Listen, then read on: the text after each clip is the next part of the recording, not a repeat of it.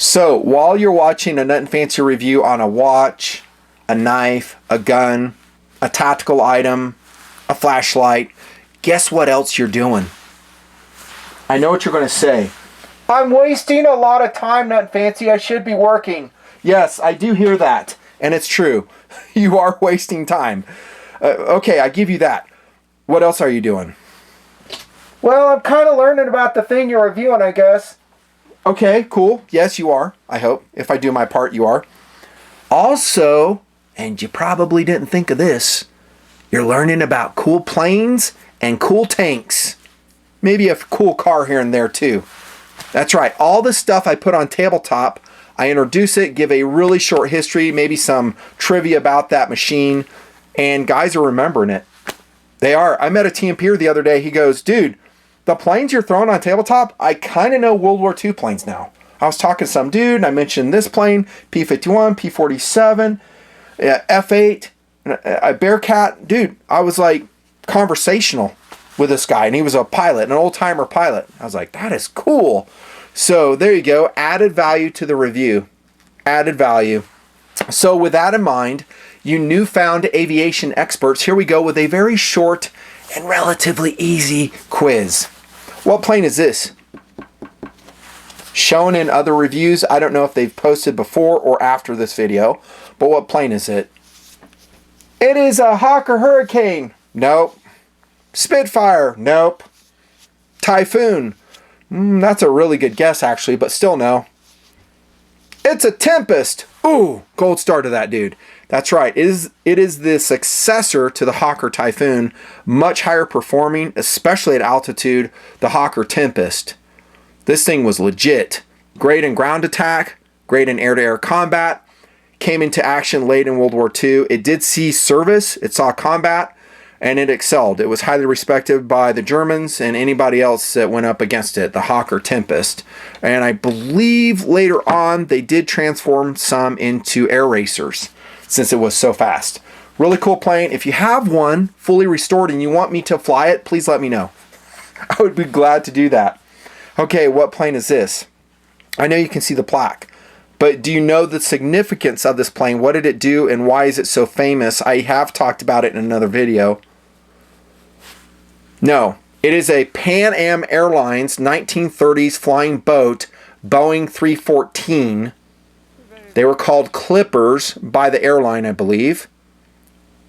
Used in South American Air Service, and it was an event.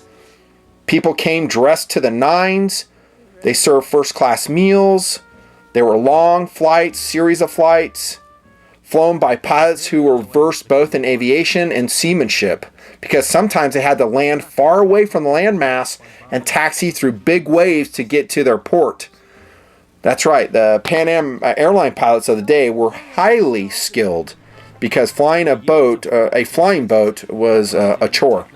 You had to know, again, about how to pilot a ship and how to pilot an aircraft at the same time.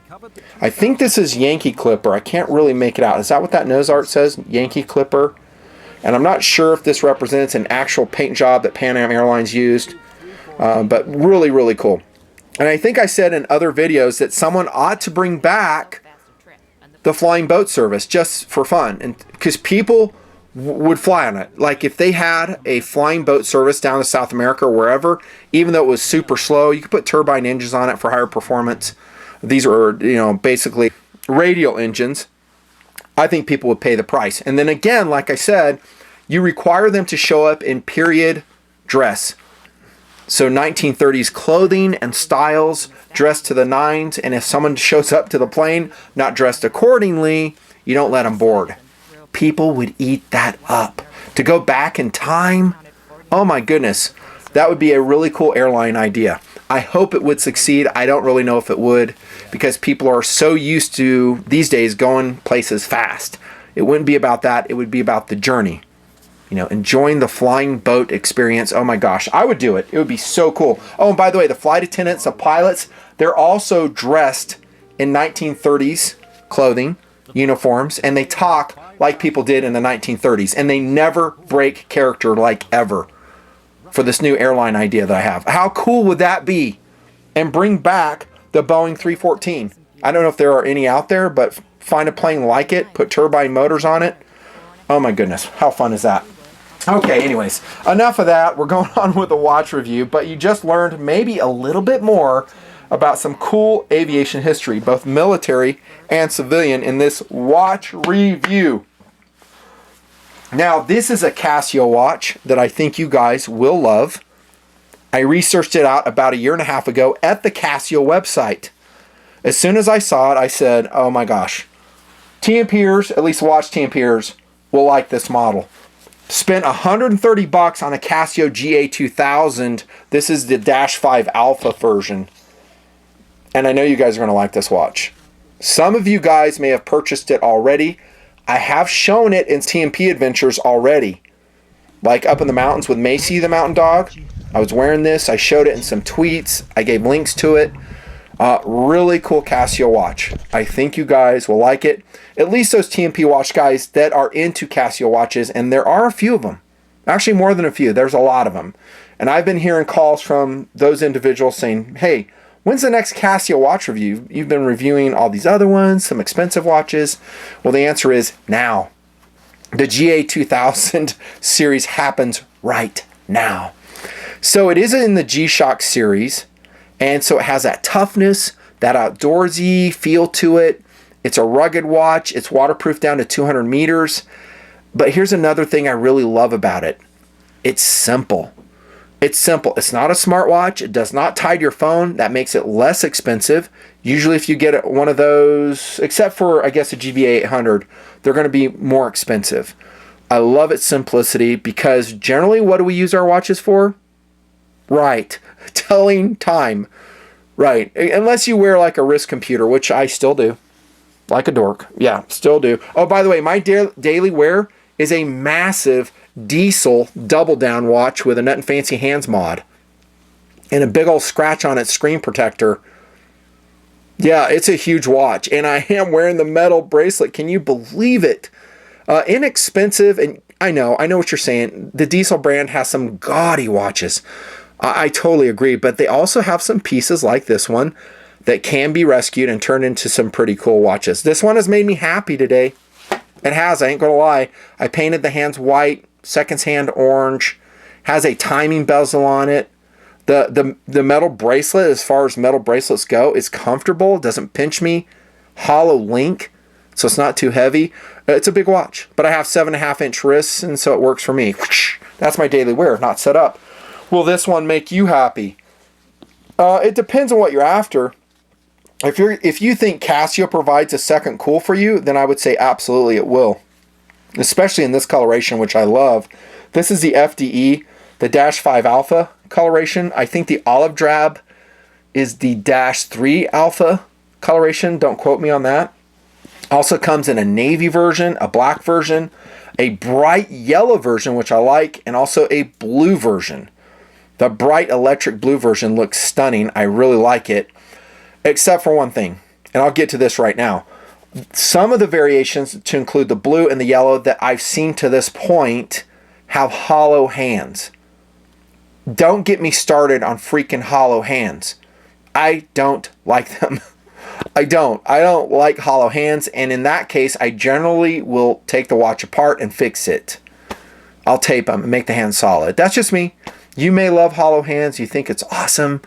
But just be advised that some of their variations have hollow hands. There you go. Now, great colors, though, and you can just pick your favorite flavor and go for it.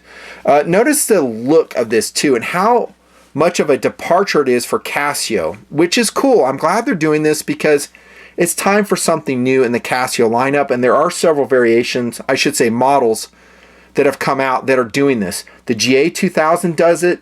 A competitive option that is also a Casio watch I want to show you also does it. They have a different look. First up, we have a two-tone strap. Notice that. So I think it is just a rubber strap, not silicone. Not positive on that, but I love the two-tone look to it. Really cool. Also, it has really good adjustments on it. Notice they're square, right? And there's your clasp, so it's just a blackened clasp, single keeper. It doesn't really feature a locking band like another one I'm going to show you, this one I just mentioned. But it seems to hold pretty good. So that's another thing they've done right on this. So this will move back a little bit, but I haven't put another silicone keeper on the GA2000 yet. I might. And what I'm talking about is something that will really retain the band. So maybe just put on an eBay purchased silicone keeper on this 24 millimeter strap. It is a 24 millimeter right here. And that way this never comes loose. But the good thing is it looks great, it's comfortable, it's completely waterproof, and so if you get it wet, you don't have to worry about it. Good job on the strap, Casio. I really like it, and they have been making improvements.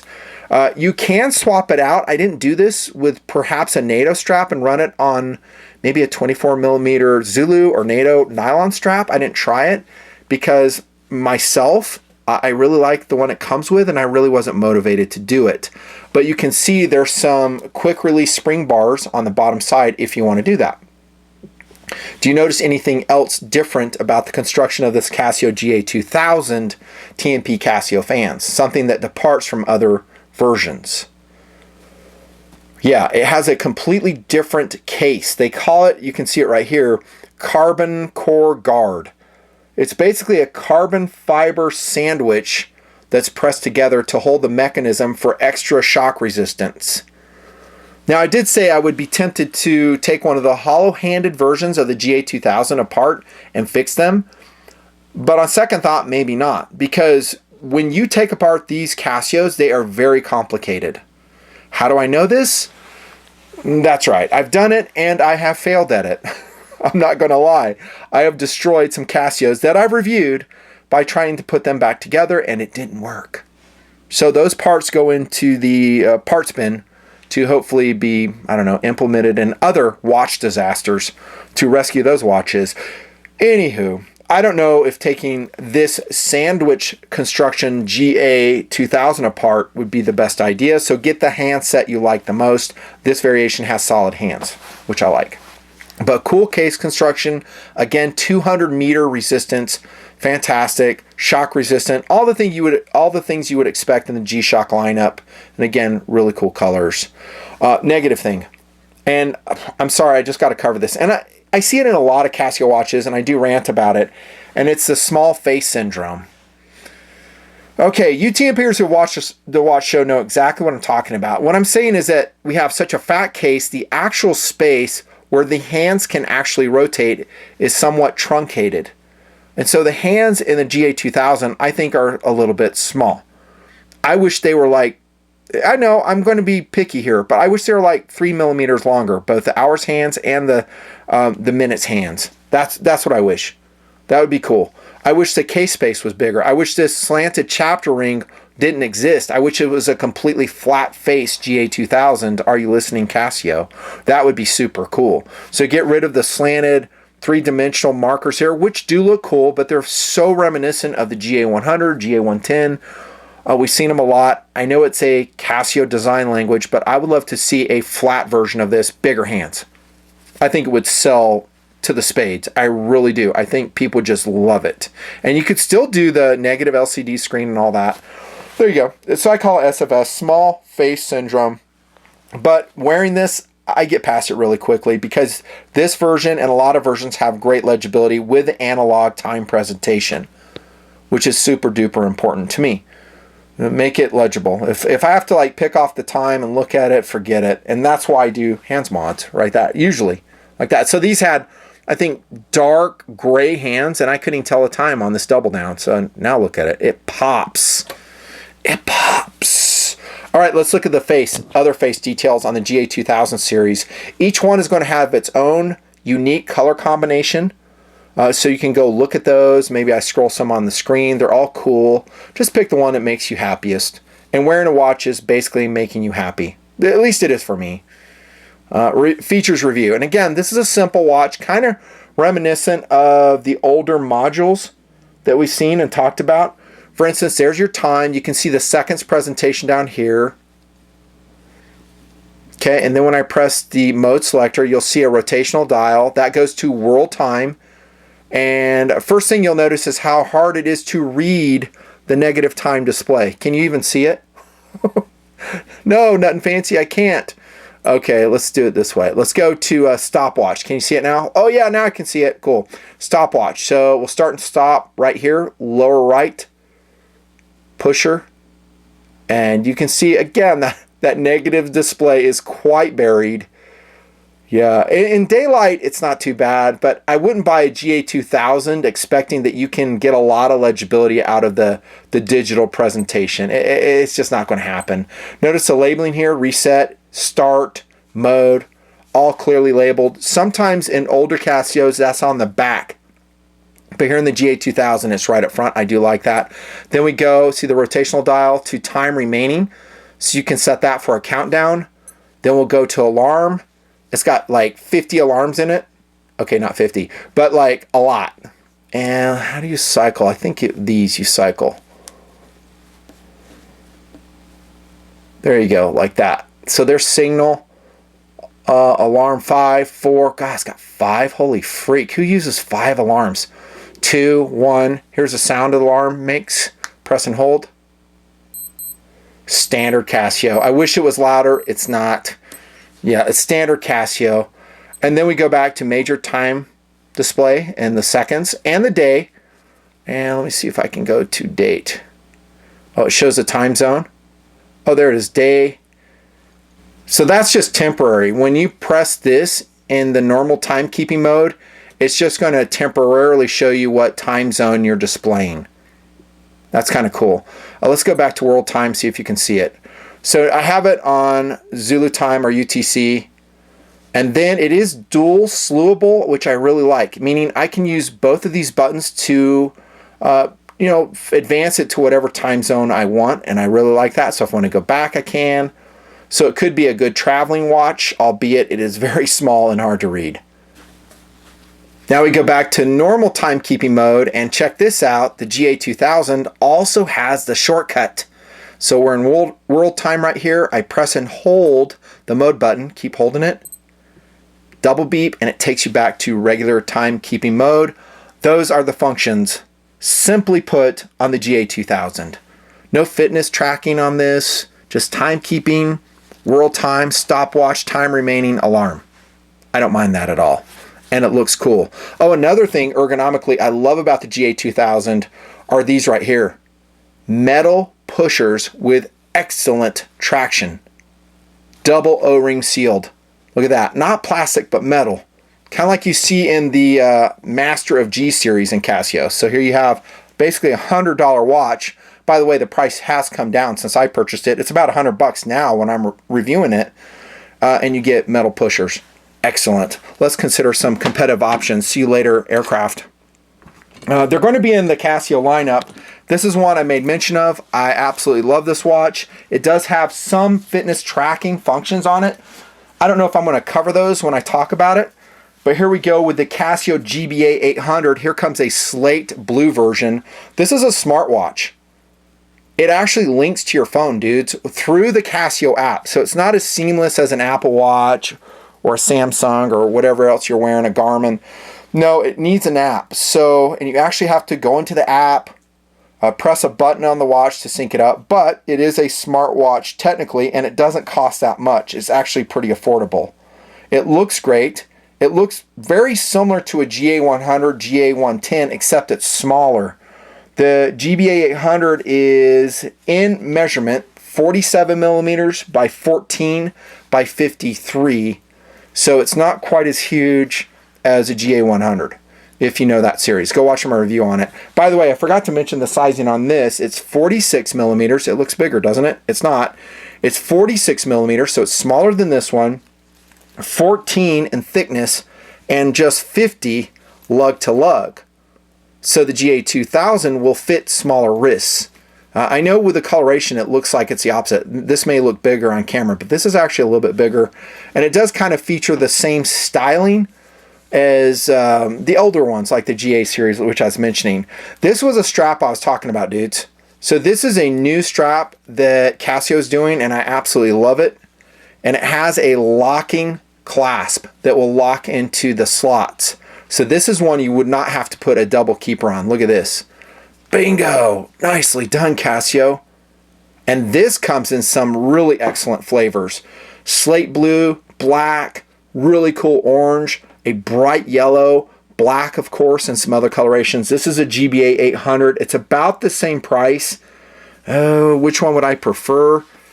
Oh, gosh. If you're going to press me, to be completely honest, I would probably go with a GBA 800. I'm not going to go over it here, but it also has a phone finder. The LEDs are more legible, even though they're in negative displays. You can see I did a hands mod on this one, by the way. Yeah, that's actually luminescent white. I did a hands mod, and this watch was not that hard to take apart. I do like how it links to the phone. Yeah, I have to use that app, I know that. But it's a really cool watch, and it has a lot of functionality that this one doesn't have, albeit the important stuff like time, day, date is right there and super easy to see. So yeah, the GB800 is highly recommended. I love it. I'm tempted to review it now, but I'm not going to do that. There you go. Another competitive option, and it's going to be more expensive. This will be kind of in the Pro Trek series. Here comes a PRG 650Y. Look at this variation, dudes. Oh my gosh, how cool is that? Previously reviewed the 600, 650 series. I reviewed, and I absolutely love them. They are so cool. They do have the small face syndrome. I talked about that. But they're super legible. They have great LCD displays. Like I said, I'm shortcutting here. I have the beeps turned off on this one. That's why you're not hearing nothing. Multifunctional, legible, albeit negative display in the bottom. And so I can change it to the time, day, date. Notice you have both in the window. Unlike the GA2000, we're just seeing the day, right? Although we can cycle to the date as well. Yeah, this is a cool watch. Cool watch. More expensive though. It's going to be over twice the price of a GA2000. It is. I did forget to show you lume, so let me do that super quick. The hands are luminescent on the GA2000. Olight S20 coming out of pocket right here. And only the best production values known to mankind coming your way. Let me shine this sucker up too. That's cool. That's cool. And then the lume is actually pretty good on these dudes. It really is, because it has a hand lume and it also has case lume too. So we can press this and look at that. There's a GA2000.